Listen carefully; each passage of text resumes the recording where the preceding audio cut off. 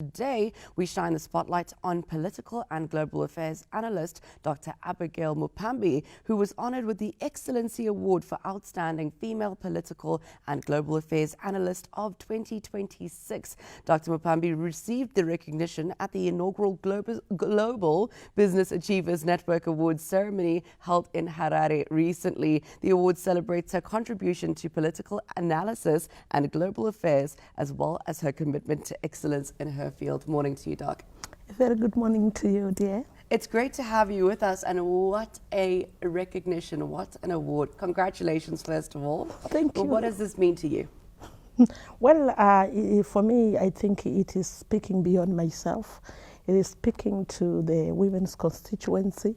And I think if this recognition ends with me and fail to impart a message to the girl child, then it's in vain. So I really feel honored both at national, regional and international stages. It gives me hope that women can still influence. Absolutely, yeah. And that's such an important point. But however, politics and the study of it, just embarking on that degree and getting all the way up to your level is something that we don't see a lot of women do. What inspired you?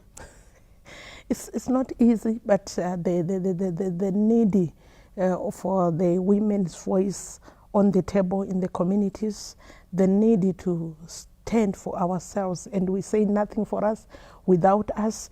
They are instruments internationally. We remember the Beijing conference, the popular Beijing conference. Our leaders have put a mechanism, Maputo conference, African Charter, and that is a call and invitation for us as women to partake. So the desire to see the women's voice and to influence policies nationally, regionally, and globally to our favor, and even to the broader of our own communities is my push. It is what is inspiring me. It has always inspired me from the village to district, national, and now we are also being heard even globally. Well, when you say this is your push and this is what you're working towards, what are some of the actual steps that you're taking, the practical steps that you're taking to achieve this goal? Well, with global analysis or even political analysis, the bread and butter is current affairs, and you need to read wider, you need to listen more, you need to also travel wider, you need to reach different geographic and demographic constituencies. So this is what I do. I make sure that I am part of the happenings regionally, nationally, and globally. Okay. Yeah. Now, when we talk about, obviously for women it's extremely important, but it's also important for us to make sure that our youth are stepping into this role and understanding this role. So, what are some of the barriers to entry for you to be able to access these people and to impart this knowledge that you have? Well, it's never easy. Politics has its own temperatures, and just like tea, you can't expect. I love that. You can't expect it to turn down the temperature of tea so that you access. It is you to be resilient, to actually be ready. And I think that yes, we have been crying about patriarchal issues. We have been also crying about the issues of exclusion. But I think we are leveraging on policies that we have at the moment. Even here in Zimbabwe, we have got policies that are deliberate about youth empowerment. We are now having policies that are deliberate about women being seconded into decision-making positions. This is the trend even world over. Leveraging on that, sometimes there is an opportunity, there is a door, but the challenge will be the demographic, which must benefit. Sometimes they don't even know. So we make use of media, we make use of platforms like these ones. We also make use of these network platforms and to package and make sure that the demographics that must benefit from this deliberate policies of devolution, it's all deliberate.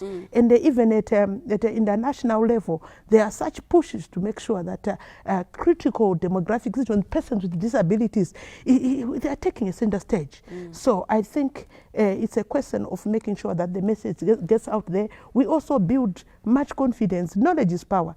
So we are being deliberate about advocating for the critical demographics like the youths to realize that you can't change the situation unless you are part of it. So this issue of thinking that they are going to do for us does not work, actually. So basically we're saying you can't have a seat at the table if you're not in the room. Oh, indeed. Indeed. Otherwise, you'll be the menu like what happened to Africa on the Berlin Conference. Berlin Conference made us actually a proper menu, and they had to parcel Africa. Why? Because we were not there to say no. So those are the issues. Even to this day, there are serious global transformational trends that are happening. Africa has to pop up. By the way, Zimbabwe is now having a seat at the UN Security Council. Of course, though it is a non-permanent seat, that's a certain issue. But we are there. We're there. So we can speak for ourselves. We can defend our land reform program at that level. We can defend even our own domestic policy and our foreign policy there. And we can defend Africa. Fantastic. So that's the advantage of being part of the process. You know, we've got a lot of people that are coming out of university. Just last Friday, we saw University of Zimbabwe producing some amazing graduates, many of whom have studied political science and diplomacy. What would be your imparting word as your parting shot this morning? I think it is very good to graduate. It sounds so excellent to be part of those academic, probably excellence or cognitions and so forth. But beyond that, Africa needs action. Beyond that, the world needs action. We need to be part of the transformation that is happening. Diplomacy is needed. Right now, the world over, the world is hounded by complex issues, climate change, terrorism, politics. Right now, next door, we have issues that we must be advising in Zambia. There is an election that is ongoing. We need these graduates to mature beyond the paper, the academic paper. Absolutely.